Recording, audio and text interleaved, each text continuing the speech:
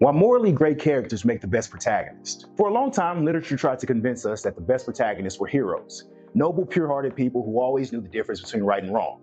But the truth is, perfect characters are often the least believable people in fiction.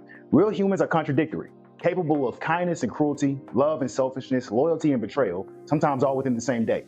That's why morally great characters make the best protagonists, because they force us to confront uncomfortable truths about ourselves. These are the thoughts I had while reading Sing Me to Sleep by Gabi Burton, a story about an assassin who, despite all her kills, her heart lies in the protection and well-being of her family. The protagonist, Cersei Serkova, is not the kind of character you trust immediately. She's a liar, she's an assassin, she manipulates people, she kills to survive, and yet from the moment the story begins, readers become emotionally attached to her. Why? Because morally great characters create tension in a way traditional characters can't. With Cersei, every decision matters because you genuinely don't know what she's going to do. Will she protect someone or eliminate them? While she chooses compassion, sometimes survival is more fitting. What makes Cersei especially compelling is that her darkness is not meaningless violence, it's survival.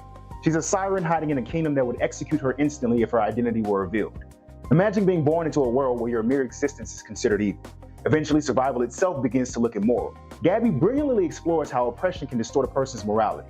Cersei becomes more dangerous because the world around her is dangerous first.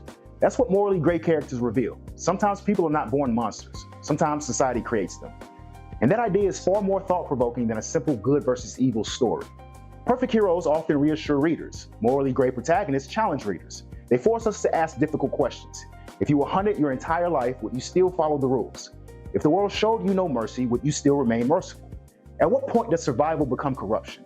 The book constantly places readers in that moral tension. Gabi never lets us comfortably judge Cersei because the book makes you understand her fear before condemning her actions. That emotional conflict becomes even stronger through Cersei's relationship with Prince Hayes.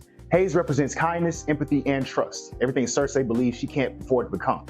Their relationship works because it creates a war inside her. Around him, she begins to imagine a version of herself that isn't ruled by violence. But the problem with morally great characters is that redemption is never simple. Cersei cannot magically erase the blood on her hands.